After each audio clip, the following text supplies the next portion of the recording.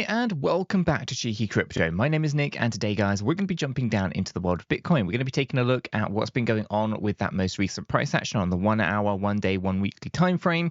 We're going to be taking a look at the data, news, what's been going on with Bitcoin around that, taking a look at some exchanges and of course some trades that have been occurring over the last 24 hours or so. As I get into the video, if you find it useful and informative, do smash that like button. I do appreciate that. If you are new to the channel, then why not go ahead and subscribe, tap the bell, select all the notifications, and in doing so you will be kept up to date with everything that we do here at Cheeky Crypto. If you haven't yet joined us in Discord, what are you waiting for? Check it out. Link for that is in the description down below. Let's jump right down into the video and start taking a look at what's been going on with the technical analysis on the 1 hour time frame. So here we have Bitcoin paired up with USDT. We're using the BitGet spot exchange here on the 1 hour time frame, and you can see that we were talking about a couple of things yesterday. We're a little bit more complicated because we were looking for two different directions. We're looking to go up first, up towards our 29,509 to 29,544. You can see here we wicked up slightly higher than this target, which was the 29,559. Okay, that was the first thing that we're looking for. We said if we were to short the market, we were going to short it from here. We're going to give ourselves a bit of a berth on the stop loss, and then we're going to be looking for our low target down here at 29,068 to 29,158. You can see some good profit was made in both directions, both the long going up towards our target range here and the short position coming down towards our target. We haven't hit our target yet. Instead, I think we're on that journey though. So what we're going to do is I'm going to remove the trade. We'll talk more about that kind of opportunity later. And we're going to talk about the structure of what's going on here. Okay, so we do have our Z wave structure here, this one. Okay, you can see that we're inside this range. This is still something that we are looking quite nice for. It's nothing too unusual. And yeah, we're still right in the zone for the Z wave. I'm just going to collapse this back so it's out of the way for a second, and we can talk about the price action, right? So we can see here that we had completed this move. We actually came down a little bit lower. This meant that we had to push up higher. So we can go ahead and just check to make sure everything on the Elliott wave theory side of things is exactly as you'd kind of expect it to be. And you can see that we came right up into that slightly higher range there. And let me go ahead and pull this in on here. So it's actually, yeah, it still comes up a little bit higher than target, but nothing too unusual. And then, of course, we just reversed on down. So that looks okay. We can see that we're still looking for our C wave to the low side. Our B wave high is now up here. Okay, so we can see, in fact, I can remove that. We don't need that one now. We can see that we have this structured move, right? We have some interesting move coming up, getting rejected on the 50 hourly EMA. This is also the equilibrium. And looking at it, we can still potentially push up a little bit higher here. I would not expect us to breach higher than our existing high. So let's go ahead and remove some of these. Okay, so we shouldn't push up higher than 29,559. That there should be locked in. Anything higher than that would basically mean we truncated our C wave here, and we cannot come down into the same to these lows under this same structure. Okay, we'd have to be a different pattern. So if we breach up higher than the 29,559, then essentially our C wave finished here. However, I'm still expecting us to move on down a little bit deeper. Taking a look at the structure of what's going on, we can still see, depending on whether or not our B wave here has finished, a move to exactly right inside this target range. In fact, it has changed just a fraction, so we'll just go ahead and adjust that in. It becomes 29,085 to 29,156. Okay, you can see it right inside there. That becomes our C wave, which is our Z wave ending point. Now, because this is the weekend, we're not expecting terribly too much from like trading point of view. Ultimately, it's going to be quite slow, I would have thought. We're currently finding support on that 200 EMA. You can see it right there, right? So on our 1 hour time frame, what do we see? Well, we see that the 50 EMA is above the 200 EMA, and the price action at the moment is above the 200 EMA. That's actually a bullish indication. If we take a little bit of a step out here, you can see that we've got the break of structure for a bullish move, and we're still technically in that bullish structure. I suspect that we do have to come down into this low point. We do have to hit the Z wave low, and then I think we're going to get another run to the upside. Okay, so let's go ahead and reflect on that on the daily time frame. So on our daily time frame, we can see here that we got rejected on the upper trend line there, and we're also in the lower lows as well. So this looks bearish on our daily time frame. However, I suspect that we are likely to see a break upwards here before we can start to enjoy another move to the downside. And I say enjoy because, ultimately traders don't care which direction we're going in. The only thing we care about is making sure that we're right in the direction that it's going so that we can be profitable in our trades. And so when we take a look at this, we can see here that we should bounce up a little ways before slipping back down again. I'm not saying that we have to necessarily come all the way down here, but I do suspect $27,000 is something that we have to be considering. We can see that our 200 EMA, which is down here, is 27,221.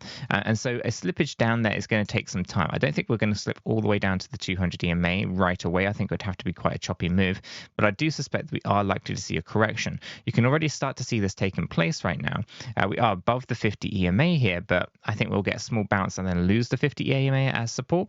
Ultimately, I think we'll be tapping back down into this range pretty soon between a 28,294 and 29,176. This is a previous area, as you can kind of see, of demand. Okay, so this is where the demand is sitting. I do see this as a bullish structure overall, though. The lower lows and the lower highs will have a tendency to wanting to break out.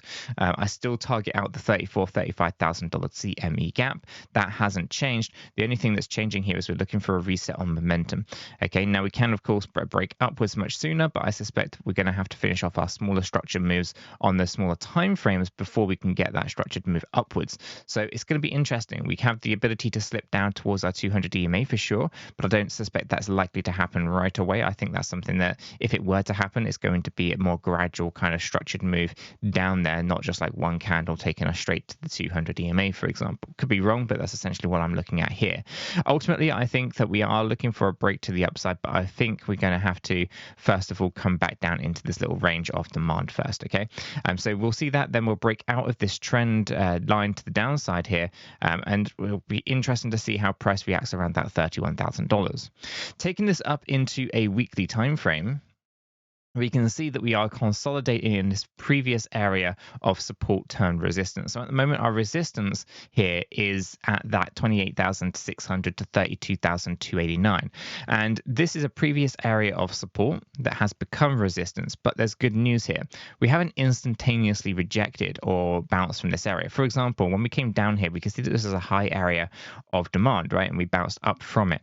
We can see that when we lost this area, we got lost pretty heavily. And then when we initially moved up here, we kind of got rejected quite well. However, now we're just consolidating in this range. This consolidation within this range is actually a good sign. It's showing us that there isn't that much more selling pressure right up in here, and we are likely to chew our way through it if there's enough demand to basically just push us out and above this range. The next area of concern is this previous area of support up here that could become resistance for us. This one is coming in on the range of 34,324 to 37,713. The CME gap is here, and also this is the area of resistance. This is why I think that if we're going to be pushing up and out of our range here, we're going to be looking at that as the resistance, and then we're going to be looking at this next move coming down towards the $20,000 range. This is a nice healthy correction, but it does take care of the two CME gaps that we have, one at 34,000 to 35,000 and one at 20,000 to 21,000. These two CME gaps, I think, are the ones that are going to get filled out. There is a CME gap, and it's incredibly bearish all the way down here at the $9,500. I do not suspect that we're going to be going down there right away, and we'd have to see a really impulsive structure, in my opinion, to get us there. It is possible that we do go down to that level. I just suspect that it's not something that we're going to be looking at right away. The bearish situation for that would be that we are in some kind of B-wave correction up here, and then we slip down to that CME gap at the bottom. Like I say, it's possible, but the move to do this would basically see this move up to 34.35, down to the 20, bounce from the 20 up to, let's say, 28, and then from there you have this big move to the downside. It might even be that we have to come down to 17 first, and then we kind of, progress on up, maybe not as high as 28, and then we move on down into this kind of like, $9,500 level. That's a possibility that we have to kind of consider. Ultimately, the moves to the upside here are overlappy and corrective, which means they're short-term moves to the upside, and there's no trend there. And there's no trend because we, from an Elliott wave theory point of view, there's no impulsions inside there, no impulsive structures, no trend from an Elliott wave theory point of view. Now, from a bullish point of view on like smart money construct, concepts and things like that, it's not looking too bad. But for the most part, we need to also consider the psychology of the people who are buying and selling. Ultimately, volumes are incredibly low. And if we come back just one screen here to take a look at that daily, and we can see the volume and how low that volume actually is in comparison, right? So if I just bring this in so you guys can see, right, the previous bullish market, all of this volume versus the bear market and this volume here, as you can kind of see, we're in bear market volume territory, not bull market territory in terms of the amount of Bitcoin that is being bought and sold, right? And so even though we've pushed up really significantly, there's no volume to back that move to the upside. So we should really look at this and say exactly what it is. It's a bear market rally without any demand sitting behind it. It's great for grabbing liquidity out of the market and basically tricking people into thinking things are going on when it simply isn't. But simple volumes here are indicating to us the differences between bullish and volume, bearish volume, and where we currently sit right now is bearish volume. And ultimately, the thing we have to kind of consider here is the very definition of a bull market versus a bear market. The bull market is when demand outpaces supply, and a bear market is when supply outpaces demand. Ultimately, the lack of demand here is showing us that we're in a bearish market, whereas the positive amount of volume over this side is a positive amount of demand. And so you can really easily see just by zooming out here how impactful that volume is on a market. Now, let's go ahead and take this up into our data range, because there's some interesting things that go on with the world of data, of course. So membership.𝗕𝗘𝗪𝗏𝗖𝗋.io, linked in the description below, is our membership platform. And we are offering a 7-day free trial on all of our plans. And there's lots of different things that we have to offer. As you can kind of see, private Discord, AMAs twice weekly, exclusive videos, technical analysis. We've got traders, so they can get trading ideas based on technical analysis that gets requested, through to alerts on what Chris, myself are doing, what the cheeky team are doing. Various different things like whale alerts and all that kind of stuff, all the way through to the data, which is what we're going to talk about here for Bitcoin, and even course material as well. So there's lots of different things up for offer. So why not check it out? The link for this is in the description below. What we're going to do is we're going to come over to the data zone. We're going to go over to Bitcoin. We're going to load up the Bitcoin data, and we're going to just reflect on a few things here. Okay, so as we can see, issuance in the last kind of day or so, 24 hours I should say, is 793 BTC. Essentially, our yearly inflation on Bitcoin currently sits at 1.89%. So again, it's not terribly that much. The halving event will obviously halve the inflation, but really has a little impact now on the 19.5 million circulating supply. So whatever you believe about the Bitcoin halving event, I do not believe it is a catalyst for a bull run. I don't think it has been for the last cycle either. It just happens to happen, and people kind of hype it up because it's something that they can understand as something quite simple, and you know they use that simplification of a halving event as a bull market indication. It is not that. Bull markets start way beforehand, and a Bitcoin halving event in itself doesn't generally mean anything anymore. It used to be really impactful, but now whether you're issuing 800 Bitcoin in a day or 400 Bitcoin in a day, it has a real minimal impact on the actual number of circulating supply of Bitcoin, and it's that is more important. It's much more important to know about the circulating supply now than it was previously. I mean, previous bull markets in the very early days, when the supply or circulating supply of Bitcoin was really small, you could have those really big jumps in price, really significant, and it had major implications when you halved the amount of new Bitcoin that was being issued. Now you're halving, a really small amount of Bitcoin anyway across a year. It really makes a little impact to the circulating supply. The smaller impact to the circulating supply, the less impactful a halving event is, right? We have to understand the basics. When we take a look at these overarching stats, there's some interesting stuff going on, such as the all-time high. We're 369 days since the all-time high, 57% down, and so forth. If we take a look at the liquidations in the last 24 hours, though, we're up $3.7 million in liquidations. Binance was the exchange with the most amount of liquidations for Bitcoin, coming in at 1.13 million. 77.4% of the positions that were liquidated were long positions, and 22.6% were short positions. We can see that Binance is 30% of all liquidations for Bitcoin. OKX was 24.9%. 𝗕𝗘𝗪𝗏𝗏𝗧𝗏 was 23.83%. ByBit was 15.39%. So from and a data point of view, it's very interesting to see where trading is happening and if any unusual trading activity is occurring, i.e. A particular exchange is liquidating more people than another. And for example, right, maybe there's scam wicks that are going on certain platforms and they're liquidating people, and these become really noticeable when essentially, they have unusual amounts of liquidation. This is kind of something that we used when we were talking about FTX. And actually, on that note, let's probably take this up into the exchange-based area of the video, because when we talk about exchanges, I think it's important that we reflect on importance of data within exchanges, but also the types of exchanges, right? So when we talk about liquidations when it comes to exchanges, it's important that we use this data to understand whether or not they are requiring liquidation events in order to generate as many fees as possible so that they can actually stay solvent, right?